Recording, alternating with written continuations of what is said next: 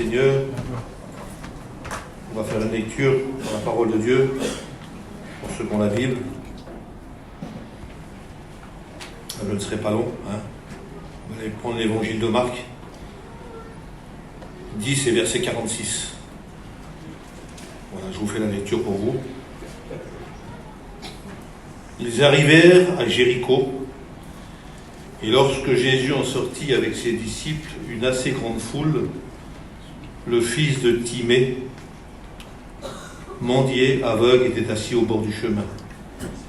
Il entendit que Jésus de Nazareth, et il se mit à crier « Fils de David, aie pitié de moi ». Plusieurs le reprenaient pour le faire taire, mais il criait beaucoup plus fort « Fils de David, aie pitié de moi ». Jésus s'arrêta et lui dit « Appelez-le ». Ils appelèrent l'aveugle en lui disant « Prends courage, lève-toi, il t'appelle ». L'aveugle jeta son manteau, se leva d'un bond et vint vers Jésus. Jésus, prenant la parole, lui dit « Que veux-tu que je fasse ?» « Maître, lui répondit l'aveugle, que je retrouve la vue. Jésus lui dit « Va, ta foi t'a sauvé. » Aussitôt, il retrouva la vue et suivit Jésus sur le chemin. Amen. Voilà. J'aimerais attirer votre attention sur ce message-là. Faites pas attention aux petits-enfants, c'est normal de toute façon. Voilà, c'est comme ça. J'ai appris à 7 heures qu'il fallait que je prêche, donc on va se laisser diriger par le Seigneur. C'est lui qui va prendre toute la place. Le Saint-Esprit connaît les cœurs, moi je ne les connais pas, le Seigneur les connaît. Mais j'aimerais attirer votre attention là-dessus. Je sais que le Seigneur va parler à un cœur ce soir. Quand la parole de Dieu est ouverte, il se passe toujours quelque chose. Et j'aimerais savoir ce que tu vas en faire de la parole. Et c'est important pour toi ce soir parce que je vais vous dire quelque chose après, je vous en parlerai après. Nous vivons les derniers temps, vous le savez, c'est annoncé aujourd'hui, c'est ce que les serviteurs de Dieu prêchent, mais il y a beaucoup de gens qui n'auront pas le temps de se baptiser. Beaucoup n'auront pas le temps de se baptiser. On verra ça après. Il y a Jésus, il est à Jéricho et la Bible dit qu'il descend et puis quand il descend, il y a une grande foule, il y a des milliers de personnes qui suivent. À un moment, il va y avoir 5000 personnes qui suivent. Beaucoup de monde. Ils étaient là parce qu'ils voyaient faire des miracles, des guérisons. Mais tous ces gens-là, je vais vous dire quelque chose. Et je vous le dis parce que c'est vrai. Tous ces gens-là, ils étaient tous aveugles. Certes, ils voyaient clair, mais ils étaient aveugles. Aujourd'hui, dans le monde qu'on vit aujourd'hui, encore ici, peut-être même là ce soir, il y a des gens qui voient clair, mais ils sont aveugles. Pourquoi je dis ça ce soir? Parce que si réellement tu verrais clair, tu serais déjà une chrétienne ou un chrétien. Mais pour l'instant, tu es encore aveugle. Vous avez écouté le témoignage de ma belle-fille? Ce qu'elle a dit, ça correspondait avec le message de ce soir. Elle a dit, j'ai vu comme des écailles qui tombent de mes yeux. Elle a dit, là, j'ai vu clair. Et ma prière ce soir, c'est que tes yeux puissent s'ouvrir. Pour que tu puisses voir clair. La splendeur de l'Évangile. Et tous ces gens-là, ils étaient aveugles. Pourquoi? Il y en a qu'un qui a vu, et celui qui a vu, c'était un vrai aveugle. C'est inimaginable ce que je vous dis là. Pourquoi je vous dis ça? Parce qu'on le voit dans le texte de la parole de Dieu. On voit que tous les gens qui le suivent, c'est pour un intérêt. C'est pour un but. C'est pour obtenir quelque chose de Jésus. Mais tous ceux qui sont là, ils ne l'acceptent pas tous. C'est bien, ils le voient faire des miracles, ils l'écoutent prêcher, mais dans tous ces gens-là, il y en a beaucoup qui restent dans leur état. Et puis il y a cet homme qui est là, le fils de Timée, donc c'était une famille très connue. C'était des gens qui étaient connus à l'époque. Parce que quand on cite un nom dans la Bible, et qu'on dit que c'était la famille Intel, c'est des gens qui étaient assez connus. Et cet homme-là, la Bible dit qu'il était aveugle, et qu'il était assis au bord du chemin. Il n'avait même plus la force de rester debout. Il était assis. Vous savez, des fois, il y a des circonstances dans la vie, je vous dis ça, c'est important, où la vie nous assoit. On n'est tellement pas fatigué de la vie, tellement pas de problèmes, tellement pas de soucis dans la vie, qu'on n'arrive même plus à rester debout. On est fatigué de la vie. Et cet homme, dans sa vie, il était fatigué de la vie. Il était malheureux, il était triste. Il avait un cœur qui était bouleversé, personne ne le savait. Tout le monde le voyait faire sa petite manche, là, prendre une petite pièce. Les gens l'amenaient là, ils le posaient là. Et puis ils discutaient avec lui. Il avait un petit métier. Et d'un seul coup, il y a tout un cortège qui passe. Et quand il écoute le cortège passer, tout en étant aveugle, il écoute le bruit parce qu'il n'est pas sourd. Et il demande ce qui se passe. Et les gens lui disent, c'est Jésus de Nazareth qui passe. Il avait entendu parler de lui. Écoutez, si vous êtes là ce soir, c'est parce que vous avez entendu parler de lui. Si tu es là ce soir, où tu es assis, c'est parce que tu as entendu parler de lui. Et si tu es venu à la réunion, c'est parce que tu aimes les réunions. Et ce que tu aimes le plus, c'est la parole. Les cantiques te plaisent, mais la parole, elle te fait du bien. Mais voilà, toujours dans la même position. Comme cet homme, assis. Malheureux, triste, mais assis. Et dans son cœur, il sait que la solution pour lui, elle est là. Alors il va faire quelque chose que les autres, que toute la foule qui entoure Jésus ne font pas. Son cœur va se mettre à crier. Et c'est ce qu'il voudrait que tu fasses au Seigneur ce soir. Dans le silence. Tu n'es pas obligé de crier, dans le silence, dans ton cœur. Vous avez écouté le témoignage du frère là ce soir? Il était sur son lit, puis il disait, Barodével, viens. Je te donne mon cœur. C'est ça qu'il faut que tu fasses ce soir.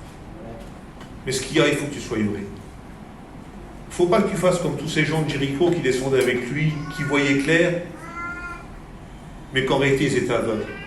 Parce qu'ils étaient avec lui pour un but. Il va se mettre à crier, et Jésus continue son chemin. Et il entend que ça continue à marcher. Mais il avait un désespoir dans son cœur. Je ne sais pas comment tu es rentré ce soir. Moi, je ne sais pas comment tu es rentré dans la réunion.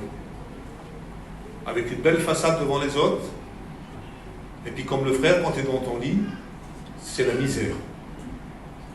Et personne ne le sait. Ça se passe chez toi. Et ça se passe dans ton cœur. Mais c'était tellement dur pour lui, le fardeau qu'il avait sur lui. Des fois, c'est lourd le fardeau sur les épaules. Il va se mettre à crier beaucoup plus fort. Fils de David, aie pitié de moi. Jésus va s'arrêter. Écoute, quand un cri d'un cœur est sincère, Jésus s'arrête. Je vous donne juste ce verset-là, vous pourrez le lire chez vous. 2 Corinthiens 3, verset 16. Il est écrit ceci. Quand quelqu'un se tourne vers Jésus, le voile tombe. Ce soir, il peut tomber pour toi. Et c'est important. Alors il va se mettre à crier.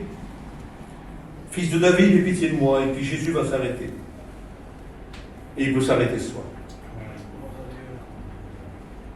Il peut s'arrêter dans ta vie. Il peut s'arrêter dans ton cœur.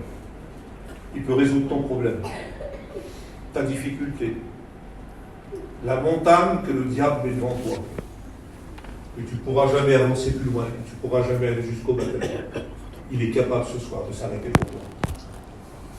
Il s'arrête et il va faire une chose, le Seigneur. Il va dire appelez-le. Pourquoi il dit appelez-le? Parce qu'il y a ta part à faire ce soir. Jésus aurait très bien pu aller vers lui. Mais il y a quelque chose à faire. Déjà il a envoyé ses disciples. Il dit allez le chercher. Et nous, ce soir, les serviteurs de Dieu, on vient le chercher. Amen. Nous, il nous a appelés pour aller chercher ceux qui étaient perdus. C'est péjoratif le mot perdu. Alors, les serviteurs obéissent, ils y vont. Et puis les serviteurs, quand ils arrivent, ils le voient assis. C'est pour ça que le serviteur lui dit ceci. Il voit dans l'état qu'il est. Écoute, moi je sais une chose ce soir. Moi je vois rien. Mais je sais que le Seigneur il voit dans l'état que tu es. Le serviteur il va lui dire, prends courage. Il n'a même pas le courage. Il dit, lève-toi, il t'appelle. Écoute, je crois qu'il t'appelle ce soir. C'est important parce que je te le dis, tu n'auras peut-être même pas le temps de te baptiser. C'est grave ce que je dis. Pourquoi je dis ça? Je vais essayer de t'ouvrir les écailles de tes yeux. Parce qu'il s'est passé des choses il y a peu de temps. Et le diable a aveuglé les gens. Ils ne voyaient réellement pas ce qui se passe réellement. Écoutez, si on vous aurait dit il y a 5 ans en arrière, il va y avoir une peste mondiale, ce que nous avons vécu, sur toute la terre, dans le monde entier, il y aura des milliers de morts. Tous les gens du voyage vont être touchés. Il y aura même des morts chez eux. Tout le monde attrapera le Covid. On vous aurait dit ça il y a 5 ans en arrière, vous n'y aurez pas cru. Il y a eu des centaines de millions de morts. Sur toute la surface de la terre, même vers les pygmées là-bas, qui ne voyaient presque pas de blanc, ils ont attrapé le Covid. Toute la surface de la terre. Le Seigneur, il dit, quand vous entendrez parler de peste, parce que c'est une peste qu'on a, une peste noire, il dit, écoutez ce qu'il dit, Seigneur. Quand vous écouterez parler de guerre, de bruit de guerre, tout de suite après le Covid, il y a une guerre qui s'est déclarée entre la Russie et l'Ukraine. Je vous ouvre les yeux pour que vous puissiez comprendre quelque chose. C'est pas moi qui vous les ouvre, c'est le Seigneur. La guerre a eu lieu. Elle a encore lieu en ce moment. Quand vous écouterez parler de bruit de guerre en ce moment, il y a l'Amérique avec l'Iran, ils sont pour faire la guerre. Ils sont en train de parler, mais les autres nations essayent de les calmer. Il y a encore des bruits de guerre. Le Seigneur dit, quand vous verrez toutes ces choses arriver, redressez votre tête, parce que votre délivrance est proche. Écoutez, redresser la tête, ça veut dire regarder au ciel. On doit regarder au ciel. On doit être prêt. On dit toujours Jésus revient, mais là il ne revient pas, il est en train de descendre. Il est en train de descendre, le Seigneur. Et pourquoi je dis que tu n'auras peut-être pas le temps de te baptiser? Parce que quand on fait un appel, les gens lèvent la main. Ils lèvent la main quand il y en a qui la lèvent. Et quand ils ont levé la main, il reste des 5 mois, 6 mois, 1 an assis sur une chaise. Dépêche-toi. Il est temps pour toi de t'engager avec le Seigneur ce soir. Et cet homme qui était là, il va faire quelque chose.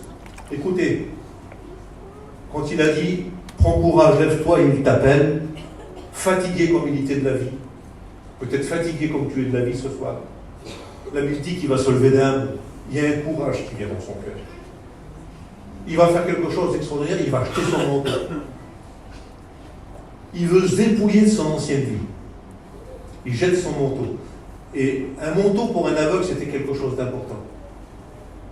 Parce que le manteau le servait c'était toute sa vie, pour se réchauffer. Il avait tout, il avait des grandes poches, il avait tout dans son manteau. Il avait tous ses petits liens,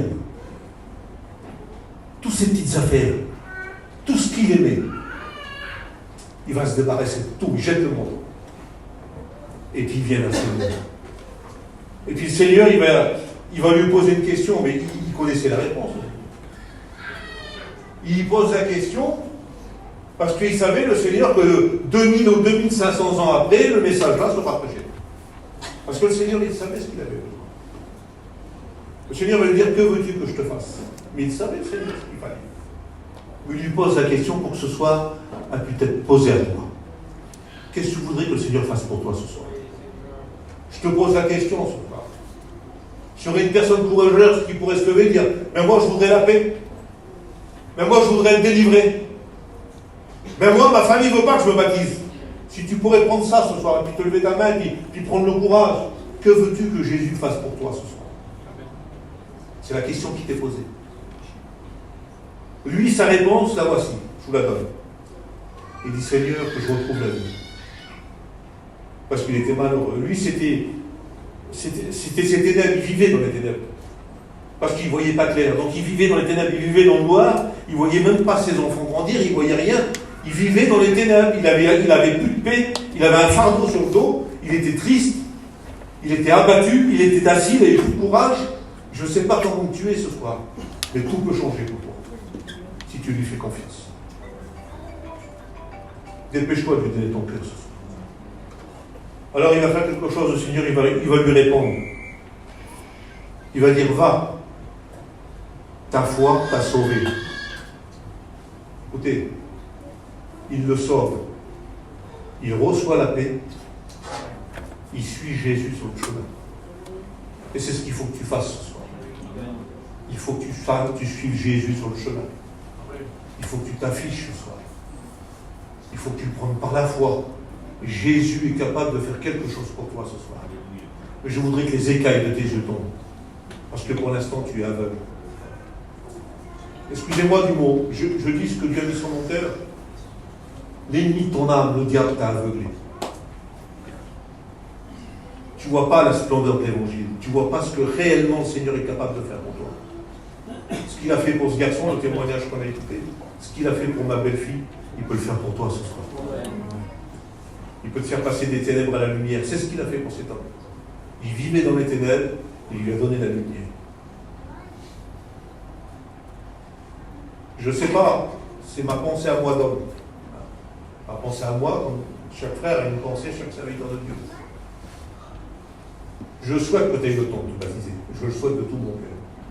Mais dépêche-toi, le Seigneur revient. Il est en train de descendre. Tout est prêt. Tout est accompli. Toutes les prophéties sont accomplies. Et ça va être plus mal en plus mal. Vous avez vu, je ne veux pas vous faire peur, mais vous l'avez vu. J'ai allumé la télévision tout à l'heure avant de venir, on écoute que ça, le réchauffement climatique, la terre qui brûle, c'est une catastrophe. L'église va être enlevée. Et tu n'es pas sauvé.